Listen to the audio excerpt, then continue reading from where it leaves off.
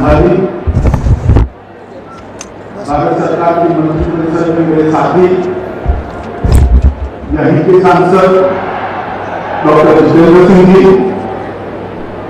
Jammu Kashmir high court के मुख्य न्यायाधीश जस्टिस पंकज मित्तल जी, भारत सरकार के गृह सचिव श्रीमान खन्ना जी, आशु चुनाव ब्यूरो के निर्देशक श्री अरविंद कुमार जी, आज जिनके निमंत्रण पर मैं यहाँ पर उपस्थित हुआ हूँ,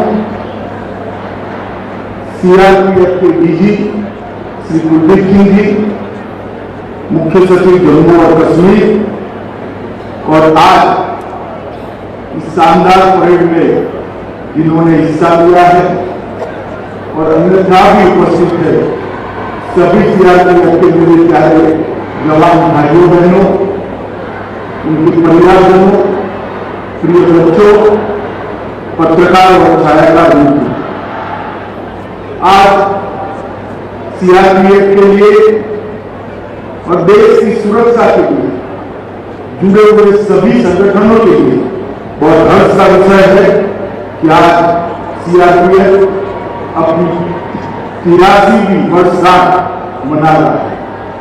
इस अवसर पर देश भर में देश की सुरक्षा और आंतरिक सलामती का काम करते हुए फैले हुए लाखों सीआरपीएफ के सभी जवानों को मैं हृदय से बधाई भी देता हूं और बहुत बहुत शुभकामनाएं देता हूं। मित्रों, भारत सरकार ने एक निर्णय अभी किया है कि सभी सीएपीएफ उसका वार्षिक परेड देश के अलग अलग हिस्सों में मनाया जाए।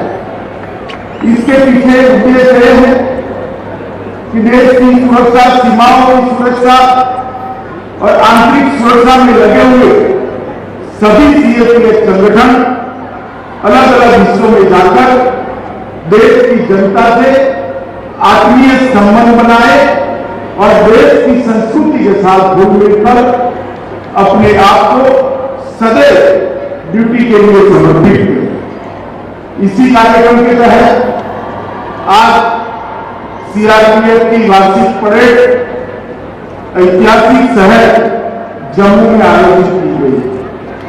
आज मैं जम्मू में आया हूं। ऐतिहासिक नगर में मेरी बात की शुरुआत करने से पहले सबसे पहले मां वैष्णो देवी को प्रणाम कर मैं मेरी बात की शुरुआत करना चाहता हूं। ये यही भूमि है जहां पंडित प्रेमनाथ डोगरा ने और श्यामा प्रसाद मुखर्जी ने कश्मीर को भारत का अटूट हिस्सा बताते हुए एक देश में दो प्रधान, दो निशान और दो विधान नहीं चलेंगे, इसका आंदोलन किया।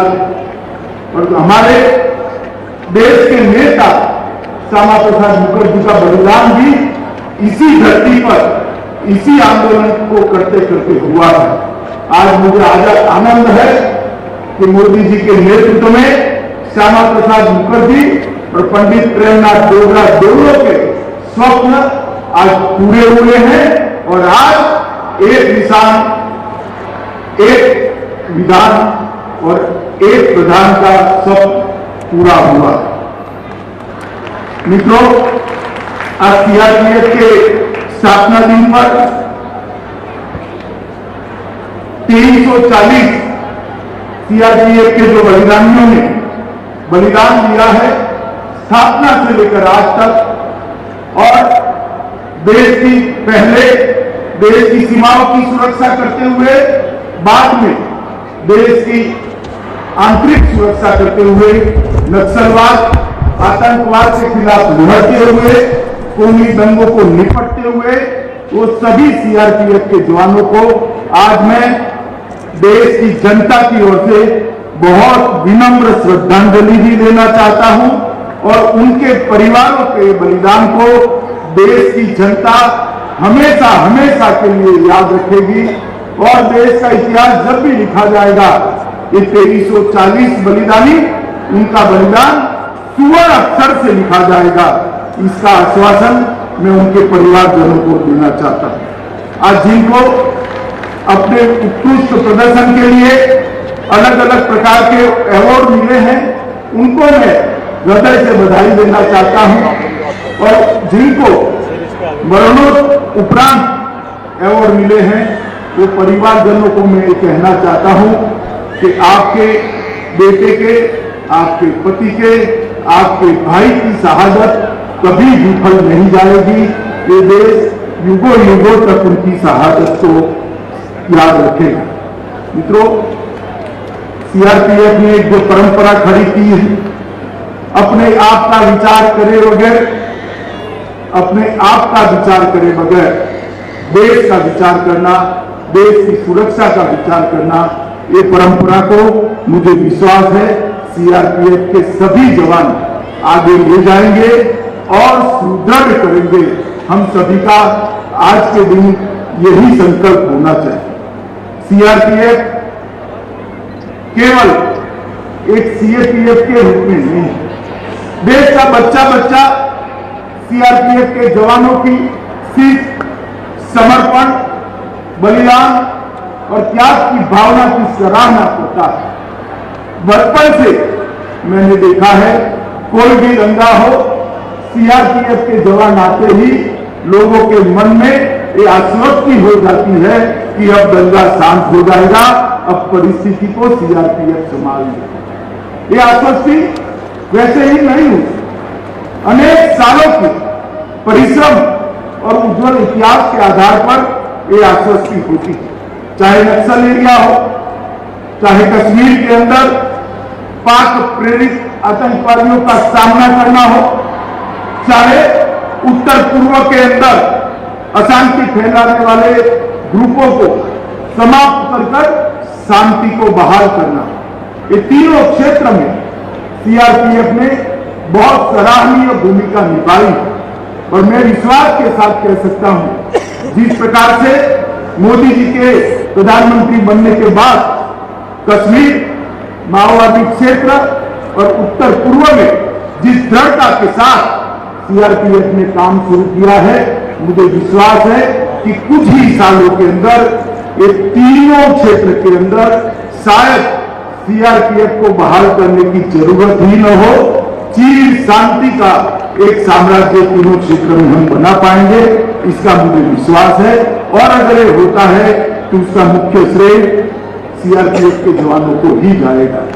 आज के दिन ही 1950 के दिन देश के प्रथम गृह मंत्री और लौह पुरुष, जिनके कारण आज हम एक अखंड भारत का स्वरूप देख रहे हैं, सरदार पटेल ने सीआरपीएफ को ध्वज दिया।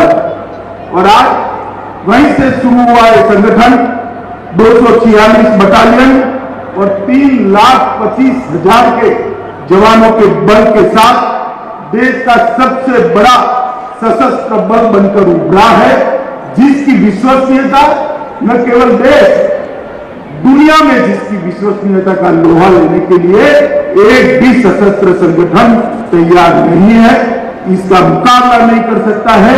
इस प्रकार का एक अद्भुत संगठन आज खड़ा हुआ। मित्रों, आज जब सीआरपीएफ का स्थापना दिन है, हम हॉट स्प्रिंग को कैसे भूल सकते हैं।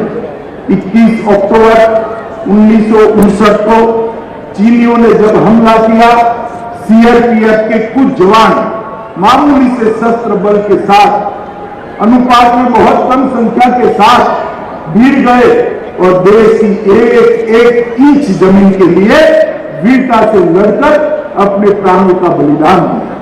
और पूरा देश आज वो घटना को नहीं भूल सकता। और इसलिए 21 अक्टूबर को पूरे देश के सभी पुलिस बल पुलिस दिवस के रूप में मनाकर हॉट स्प्रिंग पर सीआरपीएफ के जवानों ने जो वीरता और बलिदान का जज्बा दिखाया, इससे प्रेरणा लेकर देश की आंतरिक सुरक्षा के लिए पुनः अपने आप को समर्पित करते हैं। 9 अप्रैल 1965 को सरदार पोस्ट पर कच्छ में जब पाक की इन्फेंट्री ब्रिगेड ने हमला कर दिया, तब भी सीआरपीएफ की जवान ही वहां मौजूद थे। उन्होंने अपना सर्वोच्च बलिदान देते हुए जहां तक शरीर में रक्त की एक बूंद थी वहां लड़ाई लड़ी और देश की भूमि को बचाने का प्रयास किया। ये दोनों घटनाएं देश के इतिहास के, देश की सुरक्षा के अंदर सुवर्ण अक्षर से लिखी और हमेशा सीआरपीएफ और पूरे देश को ये दोनों घटनाओं को पर गर्व होता है। इसीलिए मित्रों, एक जमाना था जब नक्सलवाद, नॉर्थ ईस्ट थिएटर, कश्मीर में पाक आतंकवाद, 90 के दशक में इस सभी जगहों पे हिंसा चरम सीमा पर और देश की आंतरिक सुरक्षा का दृश्य देखकर देश के हर नागरिक के मन में चिंता होती थी कि देश का भविष्य क्या है, देश के भविष्य को हम कैसे सलामत रखें, हमारे सार्वभौमत्व को कैसे अक्षुण्ण बनाकर रखें, देश की आंतरिक सुरक्षा को कैसे संभालेंगे। मगर कुछ ही सालों में 2 दशक के कम समय के अंदर सीआरपीएफ ने चाहे नक्सलवाद का क्षेत्र हो, चाहे नॉर्थ ईस्ट हो, चाहे कश्मीर का क्षेत्र, सभी जगह पर अपनी दृढ़ इच्छा शक्ति का परिचय बताते हुए देश को छीन विशीन करने वाली शक्तियों को समाप्त करने के कगार पर आज सीआरपीएफ पहुंचा है। मैं देश के गृह मंत्री के नाते सीआरपीएफ के जवानों को फिर से एक बार हृदय से बधाई देना चाहता हूं कि तीनों क्षेत्र में आपने जो शौर्य दिखाया है, इससे आज देश की जनता चैन की सांस ले रही है।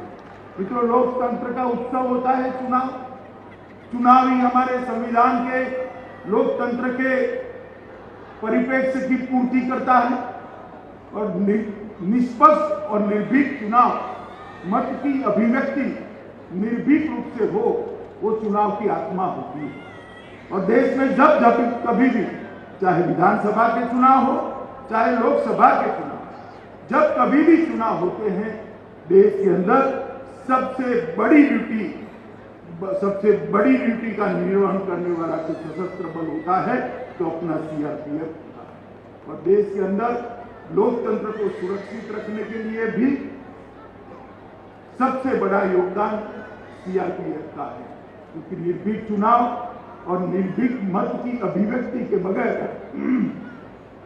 कोई भी लोकतंत्र अपने आप को मजबूत नहीं रख सकता। मैं सीआरपीएफ के जवानों को इसके लिए भी बहुत बहुत बधाई देना चाहता हूं। आरएएफ की टुकड़ियों की स्थापना के बाद एक जमाने में भीषण दंगे देश भर में दिखाई पड़ते थे।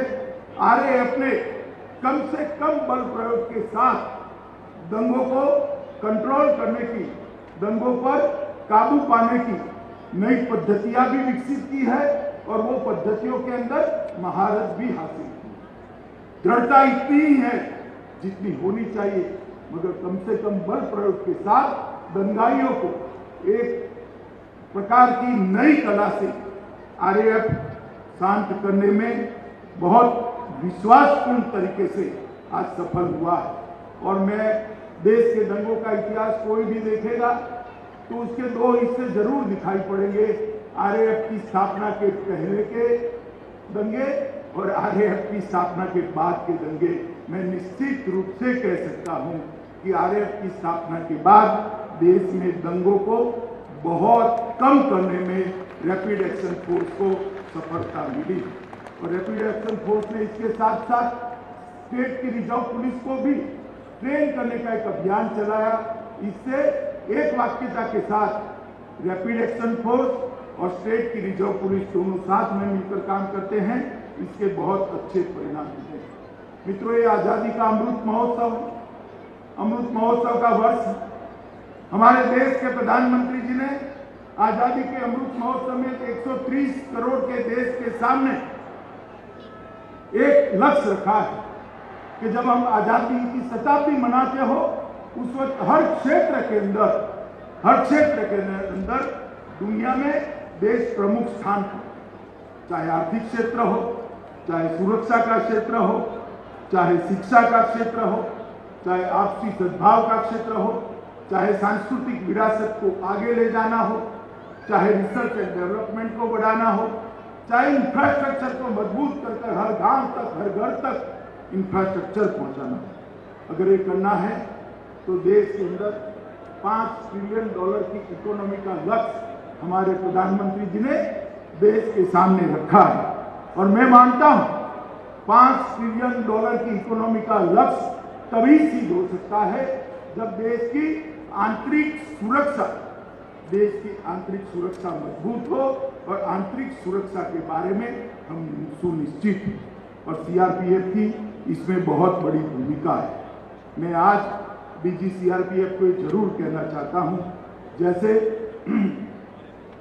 देश के अंदर हर क्षेत्र, हर इकाई अपने लक्ष्य तय कर रहा है, सीआरपीएफ भी आजादी के अमृत महोत्सव के वर्ष में एक शताब्दी तक के सीआरपीएफ का रोड मैप, आने वाली चुनौतियां और आने वाली टेक्नोलॉजी को, उपलब्ध टेक्नोलॉजी को और आने वाली टेक्नोलॉजी को आत्मसात करने की रणनीति दोनों बनाकर सीआरपीएफ को सबसे आधुनिक, सबसे सक्षम और सबसे इफेक्टिव सशस्त्र बल बनाए। इस दिशा में हमने काम करना होगा। मुझे विश्वास है कुलदीप जी के नेतृत्व में सीआरपीएफ की पूरी टीम इसको आगे बढ़ाएगी। मित्रों, आज एक कार्यक्रम जम्मू कश्मीर में रखा है, तब मैं निश्चित रूप से जम्मू कश्मीर की स्थिति का भी बात करना चाहूंगा। 2014 में नरेंद्र भाई देश के प्रधानमंत्री बनने के बाद जम्मू कश्मीर की स्थिति में इतने कम अंतराल के अंदर बहुत बड़ा परिवर्तन आया। सबसे पहली बात, जम्मू कश्मीर में लोकतंत्र को गांव तक पहुंचाने की शुरुआत हुई है। आज जम्मू कश्मीर के लिए और देश भर के लिए गर्व की बात है कि 30,000 से ज्यादा प्रतिनिधि ये लोकतंत्र का हिस्सा बनाए हैं। हर गांव में पंच सरपंच गांव को विकास के रास्ते पर आगे ले जा रहे हैं। तहसील पंचायतें बनी है, जिला पंचायतें बनी है। लोकतंत्र को जमीन पर पहुंचाने में आज नरेंद्र मोदी सरकार को बहुत बड़ी सफलता मिली। मित्रों, इसके साथ ही धारा 370 हटाने के कारण दलितों, पिछड़े वर्ग, महिलाओं और पहाड़ी लोगों एक प्रकार से जो विकास की प्रक्रिया से कहीं न कहीं कटे हुए थे, नए कानूनों के तहत इन सबको समाहित करते हुए सर्वस्पर्शीय, सर्वसमावेशक विकास की शुरुआत जम्मू कश्मीर में हुई। और मैं मानता हूं कि जम्मू कश्मीर के अंदर सबसे बड़ा काम हुआ है, जो सशस्त्र बलों की सबसे बड़ी सफलता है कि यहां पर आतंकवाद पर एक निर्णायक कंट्रोल लेने में सशस्त्र बलों को सफलता मिली। औद्योगिक विकास भी देश की आजादी से लेकर अब तक जितना इन्वेस्टमेंट जम्मू कश्मीर में आया है, हमारे एलजी साहब यहाँ बैठे हैं, मैं उनको बहुत मनोज जी को बधाई देना चाहता हूं कि 33,000 करोड़ से ज्यादा का इन्वेस्टमेंट जम्मू और कश्मीर के अंदर जमीन पर उतारने में जम्मू कश्मीर प्रशासन को सफलता मिली। प्रधानमंत्री पैकेज के सारे पहलुओं को पूर्ण करने के लिए द्रुत गति से काम हो रहा है। हर घर जल, बिजली हर घर पहुंचाना, कोरोना के लिए एक अद्भुत व्यवस्था खड़ी करना, हर घर में शौचालय पहुंचाना, हर घर के अंदर आयुष्मान भारत का कार्ड पहुंचाना, ये सारी योजनाओं में 100% सैचुरेशन जम्मू कश्मीर लाया है। इसके लिए जम्मू कश्मीर प्रशासन बहुत बधाई का हकदार बनता है। सड़क निर्माण में सारे रिकॉर्ड तोड़ते हुए ये 5 साल के अंदर सड़क निर्माण आजादी के बाद सबसे तेज रफ्तार के साथ हुआ है। चाहे नेशनल हाईवे हो, चाहे स्टेट हाईवे हो, चाहे गांव को जोड़ने वाले छोटे छोटे रास्ते हो, हर क्षेत्र के अंदर रिकॉर्ड तोड़ने का काम जम्मू कश्मीर प्रशासन ने किया है। 7 नए मेडिकल कॉलेज बने हैं, 2 एम्स बने हैं, 21 जल विद्युत योजनाओं को शुरू कर दिया गया है। और इसके साथ साथ हर क्षेत्र के अंदर पारदर्शिता को लाने में जम्मू कश्मीर सरकार को बड़ी सफलता मिली है।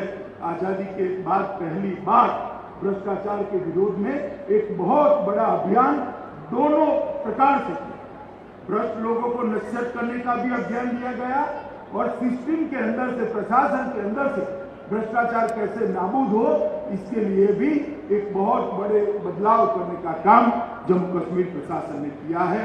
मैं आज इस मंच पर से जम्मू कश्मीर प्रशासन को भी बहुत बहुत बधाई देना चाहता हूँ। मित्रों, मैं सीआरपीएफ पर हमेशा गर्व करता हूँ, पूरा देश गर्व करता है। आज सीआरपीएफ का स्थापना दिन है। ये 3,25,000 जवानों का समूह आज के दिन देश की आंतरिक सुरक्षा और देश की सुरक्षा के लिए अपने आप को पुनः समर्पित करे और सीआरपीएफ का जो ऐतिहासिक रिकॉर्ड रहा है, ऐतिहासिक कार्यकाल रहा है, इसको आगे और तेजस्विता के साथ बढ़ाने का हम सब संकल्प करें। यही आप सबसे अपेक्षा भी है और यही आप सबसे अभ्यर्थना भी है। मित्रों, फिर से एक बार 2340 जवान जो अपना सर्वोच्च बलिदान दिए हैं, उनको श्रद्धांजलि देकर मेरी बात को मैं समाप्त करता हूं। वंदे मातरम।